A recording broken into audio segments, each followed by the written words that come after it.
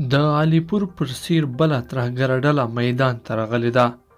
ده چې دغې ډلې تازه څه اعلان کړی دی، ذوالفقار امید څوک دی، تازه یې څه ویلي دي، په دې ویډیو کې راسره وګورئ او چینل سبسکرایب کړئ. لیدونکو السلام علیکم، ستړي مه شئ. راپورونه وایي چې دایکنډي کې یو بلې ترهګرې ډلې د خپل موجودیت اعلان کړی دی. له علیپور څخه وروسته د ترهګرۍ دا دود د عامېدلو په درشل کې دی او نن یوې بلې پوځي ترهګرې ډلې چې غړي یې په وسلو سمبال وو انځورونه خپاره کړي او د موجودیت اعلان یې کړی دی.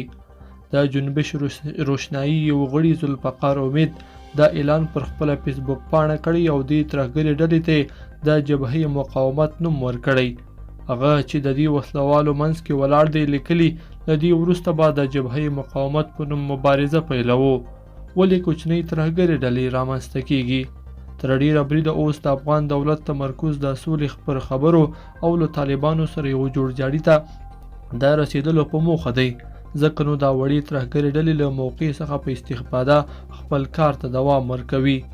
بله موضوع په دولت کې دننه داسې کړۍ شته چې په داسې موضوعاتو کې دلچسپي ولري او همدارنګه د دولت بې پروایي او ناغېړي هغه څه دي چې ترهګر منځته راځي.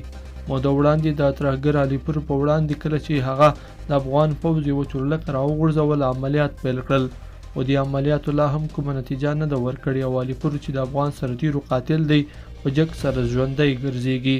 کله چې افغان دولت علیپور ونیو نو د ولسمشر غني دویم مرستیال سرور دانش یې ضمانت وکړ او بیرته خوشي سو، خو کله چې علیپور د افغان پوځ چورلکه غورځوي نو دانش لا هم چوپ پاتې دی او پر دې پیښه یې غوږ کورن اچولی، خو هیچا هم ورته ونه ویل چې د دې پیښې او کړي ضمانت په هکله خپل مسؤلیت ادا کړي.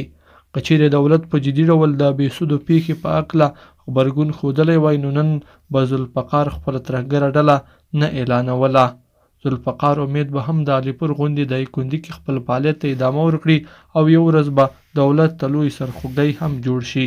لیدونکو په دې هیله چې دا مطلب به مو تر پایه لیدلی وي. که مو دغه ویډیو خوښه شوې ویډیو لایک کړئ او چینل سبسکرایب کړئ.